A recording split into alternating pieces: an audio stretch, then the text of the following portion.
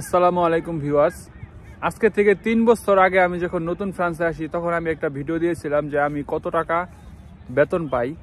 তবে সেটা আজকের ভিডিওর টপিক না। আজকের ভিডিওর টপিক হচ্ছে আমি বর্তমানে এসে, অর্থাৎ ফ্রান্সে আমার 3 বছর 3 মাস, তো এই সময় আমি কত টাকা বেতন পাই। তো এই বিষয়টা নিয়ে আজকের এই ভিডিওটির মাধ্যমে আপনারা বেতনের পাশাপাশি খুঁটিনাটি কয়েকটা বিষয় জানতে পারবেন। তো মনোযোগ সহকারে ভিডিওটি দেখবেন। এবং আনন্দের বিষয় হচ্ছে আমার ওই ভিডিওটি যেটা আমি 3 বছর আগে ছেড়েছিলাম, সেই ভিডিওটি আমার চ্যানেলে সবচেয়ে বেশি ভিউজ হয়েছিল, 2,33,000। তো কথা না বাইরে চলুন ভিডিওটি শুরু করা যাক।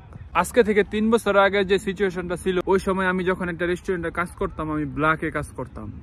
মানে আমি যেই কাজগুলো করতাম, আমাকে যে বেতনটা দেওয়া হতো, তো ওই বেতনটার সরকারি কোনো ডকুমেন্ট ছিল না, আমাকে ক্যাশ টাকা দেওয়া হতো। যার কারণে ওই কাজটার মাধ্যমে আমি টাকা ইনকাম করছি, কিন্তু আমার তেমন কোনো লাভ হয় নাই। বর্তমানে আমি যে রেস্টুরেন্টটায় কাজ করতেছি সেটা হচ্ছে আমি সরকারকে ট্যাক্স পে করে কাজ করতেছি। অর্থাৎ আমি প্রতি মাসে কত টাকা বেতন পাচ্ছি, এটার জন্য আমাকে একটা পে স্লিপ দেওয়া হয়, যেটার মধ্যে লেখা থাকে আমি কত টাকা বেতন পাইতেছি, কত টাকা আমি সরকারকে ট্যাক্স দিতেছি, সবকিছু উল্লেখ থাকে। তো এই কাজটার কারণে আমি একদিকে ইনকামও করতে পারতেছি, আরেক দিক দিয়ে আমি ফ্রান্সের কার্ডও পেয়ে যাব খুব দ্রুতই। কারণ আপনারা জানেন যে ফ্রান্সের ট্যাক্স পেপার জমা দেওয়ার মাধ্যমে কার্ড করতে হয়। তো এখন প্রশ্ন হচ্ছে আমি কত টাকা বেতন পাচ্ছি।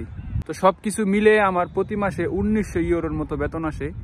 মানে এই 1900 ইউরোর মধ্যে আপনার ট্যাক্স আছে, তারপরে বিভিন্ন ধরনের হাবিজাবি সবকিছু মিলে 1900 ইউরোর মতো আসে।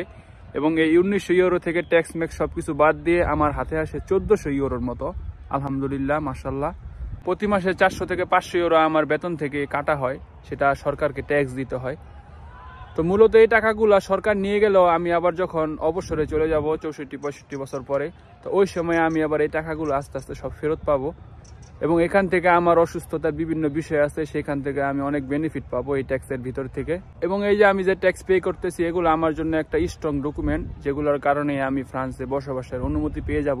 একটা কথা হচ্ছে, ফ্রান্সে অনেকেই থাকে যাদের কাগজ নেই, কিন্তু তারা আর অনেক বেশি টাকা ইনকাম করে, 1400, 1500, 1700, 1800, 2000 ইউরো ইনকাম করে অনেক মানুষ আছে।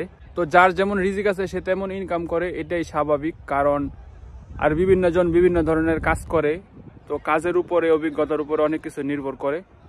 তো সবশেষে একটা কথাই বলবো, আলহামদুলিল্লাহ অনেক ভালো আছি। সবাই দোয়া করবেন। আসসালামু আলাইকুম।